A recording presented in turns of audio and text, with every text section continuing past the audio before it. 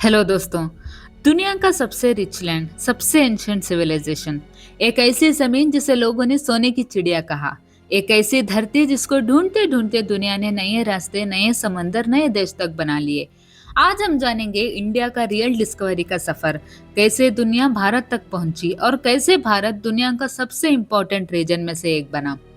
भारत की खोज एक दिन में नहीं हुई। प्राचीन समय से ही इंडिया दुनिया भर के लोगों के लिए एक मिस्टीरियस और वेल्थी लैंड था।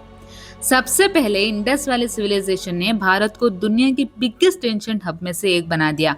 उस वक्त मेसोपोटामिया, इजिप्ट और इंडस वैली एक दूसरे के साथ ट्रेड करते थे।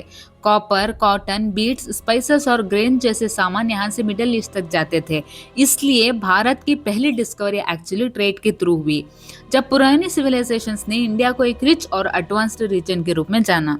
फिर आते हैं पर्शियन और Greek records. 6th century BCE में पर्शियन एम्परर दारियस ने नॉर्थ वेस्ट इंडिया के कुछ हिस्से अपने एम्पायर में शामिल किए, जिससे भारत का नाम दुनिया के हिस्टोरिकल टेक्स्ट में ऑफिशियली आया। बाद में अलेक्जेंडर द ग्रेट जब 326 बीसी में इंडिया तक पहुंचा, तब वेस्ट के लोगों को इंडिया की सिविलाइजेशन, साइंस, मैथ, स्पिरिचुअलिटी और वेल्थ के बारे में और डिटेल मिला।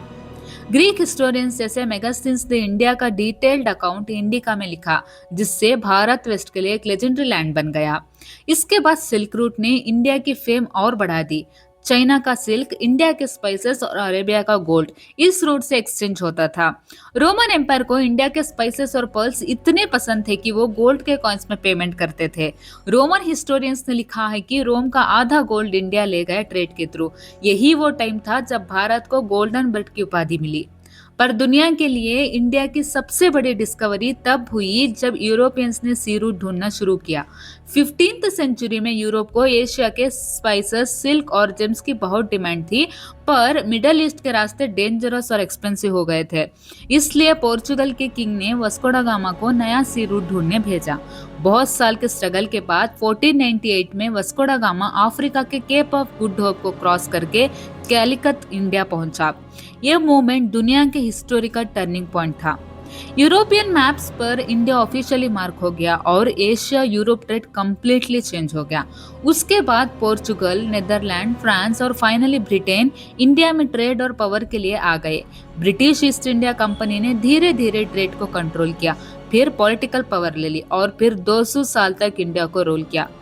यानी इंडिया की डिस्कवरी ने दुनिया के जियोपॉलिटिक्स को हमेशा के लिए बदल दिया। नेविगेशन, ट्रेड, एम्पायर और साइंस, सब पर इसका असर पड़ा। अल्टीमेटली 1947 में इंडिया फ्री हुआ और दुनिया ने एक नए मॉडर्न नेशन को जन्म लेते देखा।